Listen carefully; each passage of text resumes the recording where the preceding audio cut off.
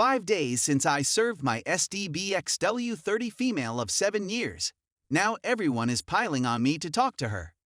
After serving my wife for 5 days, I made the choice to go to North Carolina.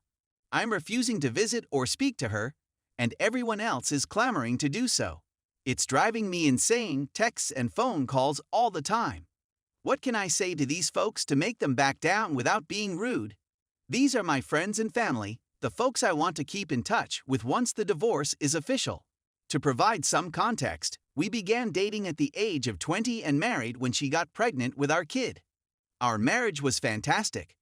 We had another child, a girl, 2 years after the first, and we have enjoyed amazing intimacy, communication, and financial stability.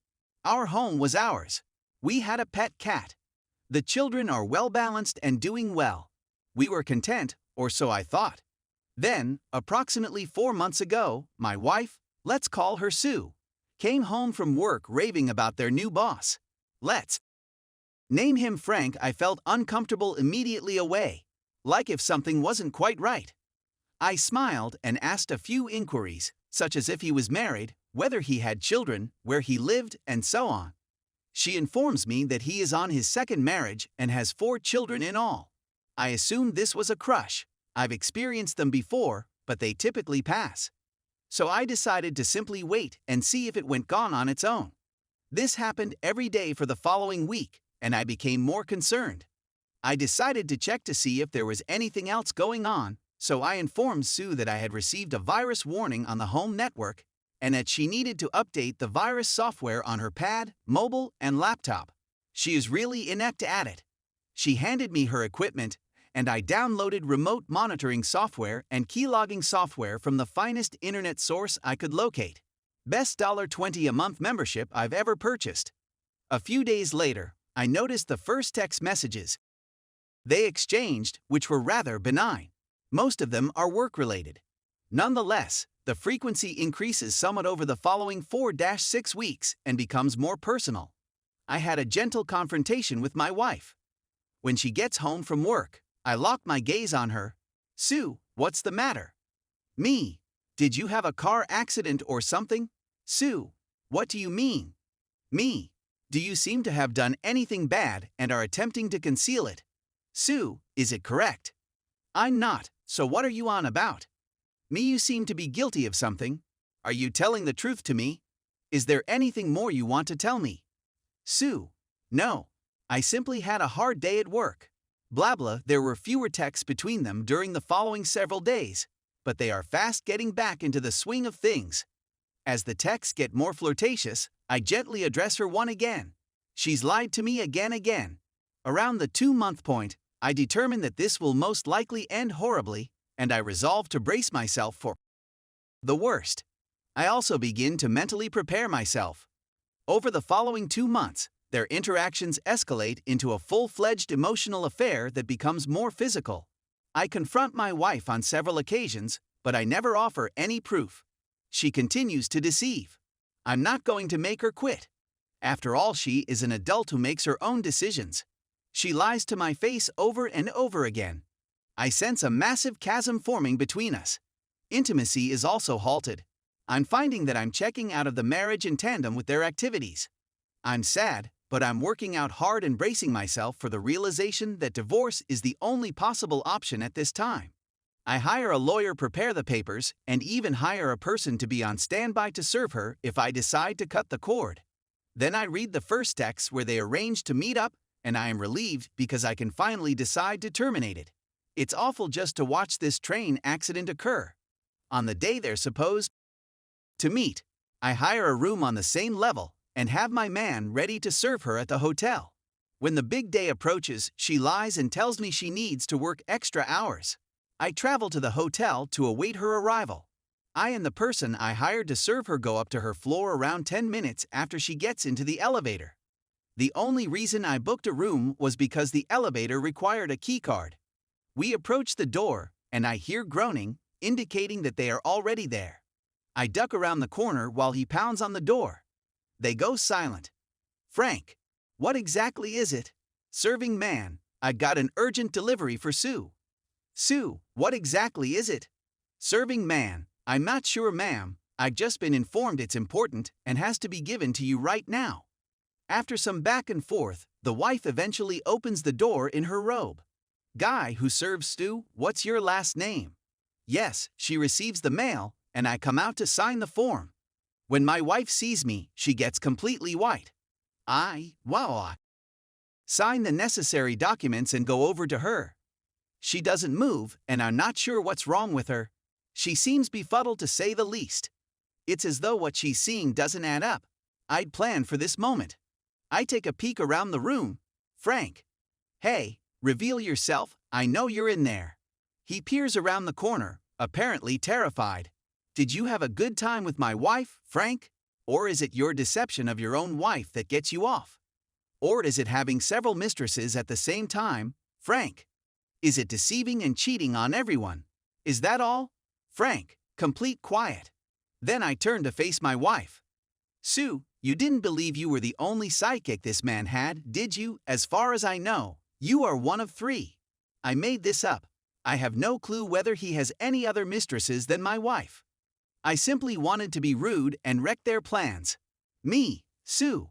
Listen to me, you're single now, so don't let me bother you any longer. You may go back to your hobbies. Then I rushed out. I began weeping, but I didn't want them to notice, so I hurried down the stairs instead of waiting for the elevator. On my way, I heard my wife let out a primal scream unlike anything I'd ever heard before. Those final few days, I found a lot of consolation in that scream. I went into my care and wept for hours. I'm largely over it now, and I'm relieved it's finished. I'm free to go. Actually, I feel emancipated. I informed the children that they would be staying with my parents for the time being. I've even begun flirting with a coworker, and I joined Tinder where I'm conversing with a few ladies, which is a tremendous boost to my ego. I'm not interested in anything physical or serious. I'm not sure I'll ever trust somebody enough to have a long-term relationship again. I haven't spoken to my wife in a long time. She bombards me with texts, which I just ignore.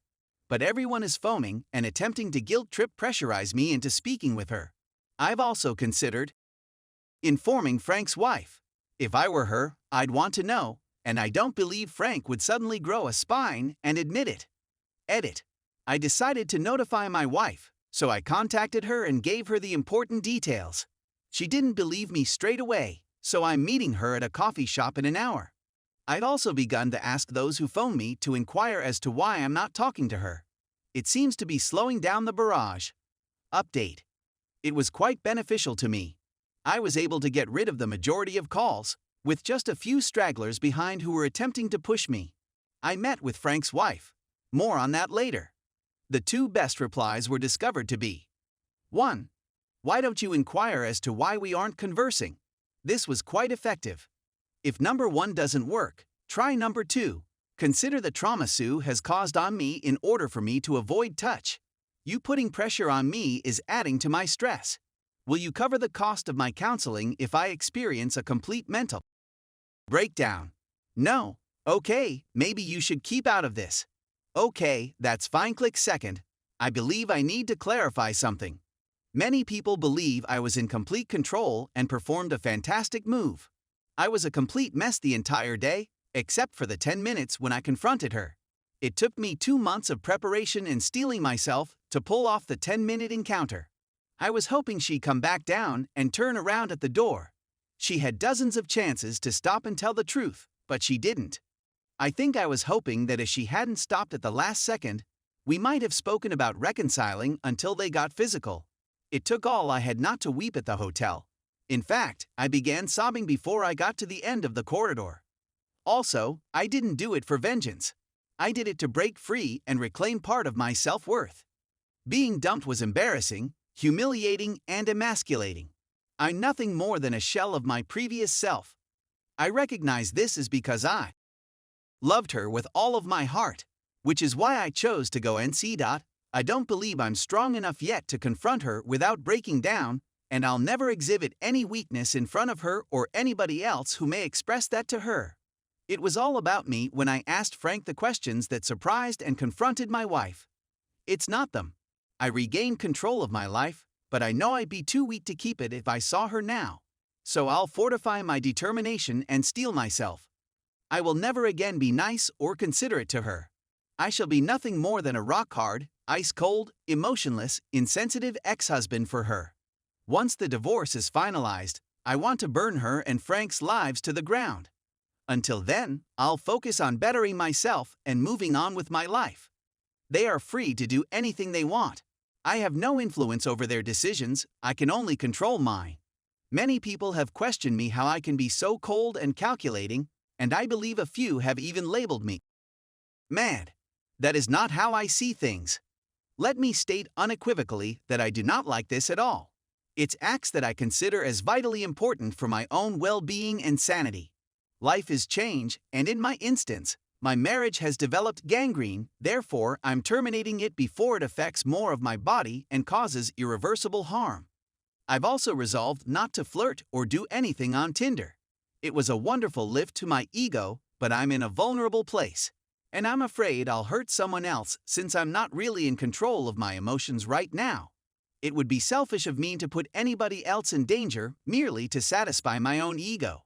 I met Frank's wife yesterday, and we spoke for hours in the coffee shop where we met. She was heartbroken, so she contacted Frank and confronted him with me on TV next to her. He pleaded. She had been prepared for this while we chatted, but she eventually broke down and hung up on him. She ended up spending the night in the spare room of my new apartment. She couldn't bear the thought of going home and confronting him. We chatted all night, and it was great to be able to release my rage with someone who knew how betrayed I felt. I heard her weeping herself to sleep last night, and it was horrible. I wanted to go hold her, but I didn't want to make things awkward or unpleasant for her. I'll ask her today if there's anything I can do to assist. I told her she could stay as long as she wanted since no one else knew about the flat but me. It's tiny and lacks furnishings, but it offers lots of food and all the conveniences you'd expect. She's attempting to gather her bearings before confronting Frank. Frank has been bombarding her with texts and apologies. She hadn't reacted to any of them when I left for work this morning. Beyond messages 1 and 2, the only person I've spoken with is my wife's mom. I like her because she is so lovely and always makes me feel welcome and cared for. She informed me that my wife will be confined to a psychiatric institution for discussing fatal self-harm. She seemed to have been in a terrible mood since the motel. I informed her that she was no longer my responsibility, that she made these decisions, and that she would have to live with the consequences. I'd prefer it if she didn't keep me updated on my wife, since it was already difficult and I needed space to fully detach myself from her. I told her that there is absolutely no hope of reconciliation. We shall not contact at all unless it is relevant to our children once the divorce is finalized, and all of this will be done while writhing. I'm having enough trouble coping with myself right now. So, despite the fact that I'm not as strong as many people believe, I was able to get myself together just enough to cut the cord after 2 months of intensive work. And if I met her today, I'd definitely dissolve into a weeping wreck. I needed time to recuperate, but everyone phoning kept me from doing so. So, once again, thank you Reddit for assisting me in fending off the well-meaning folks who were interfering in my relationship on my wife's behalf. You guys are fantastic. Stay tuned for the next part.